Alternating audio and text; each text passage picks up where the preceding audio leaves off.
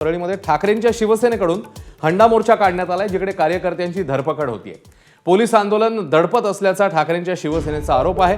युवासेनेच्या कार्यकर्त्यांना पोलिसांनी ताब्यात घेतले। वरळीमधल्या मोर्चात किशोरी पेडणेकर, आमदार सुनील शिंदे सहभागी झालेत। तर मोर्चा न काढण्याबाबत पोलिसांनी नोटिसा बजावलेल्या आणि या पार्श्वभूमीवर आता आंदोलन रोखण्याचा हा पोलिसांचा प्रयत्न आहे। आज या ठिकाणी आज जवळजवळ 16 एप्रिल आहे।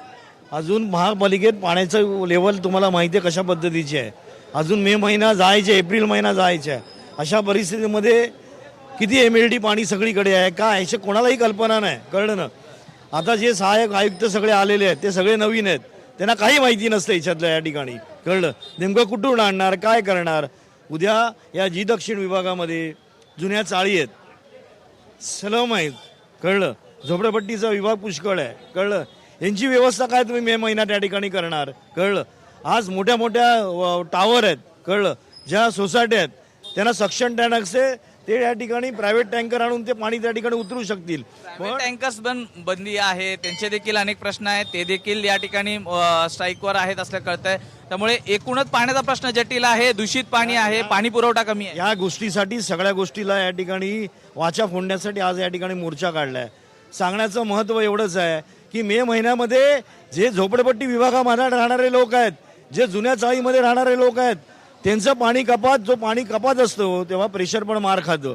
जर का अर्धा तास पाणी आलं तर करणार काय।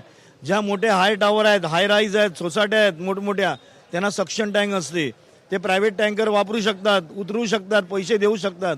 पण गोरगरीब जनतेचं काय, गोरगरीब जनतेसाठी या ठिकाणी मोर्चाचं या ठिकाणी आयोजन केले। या मोर्चानंतर जर आपण पाहिलं तर मोर्चाची ज्या दिवशी आपण घोषणा केली त्याच्यानंतर पोलिसांकडनं नोटिसा या पाठवण्यात आलेल्या आहेत, त्याकडे कसं पाहता आपण? नाही, नोटिसा आम्हाला पण आल्या 168च्या।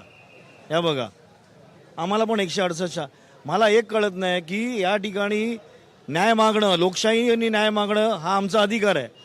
आतापर्यंत अनेक महानगरपालिकेवर मोर्चे आले, सहाय्यक आयुक्तांना निवेदन दिली गेली। आज मोर्चाला तुम्ही प्रतिबंध करताय, मोर्चा अडवतायत, कळलं।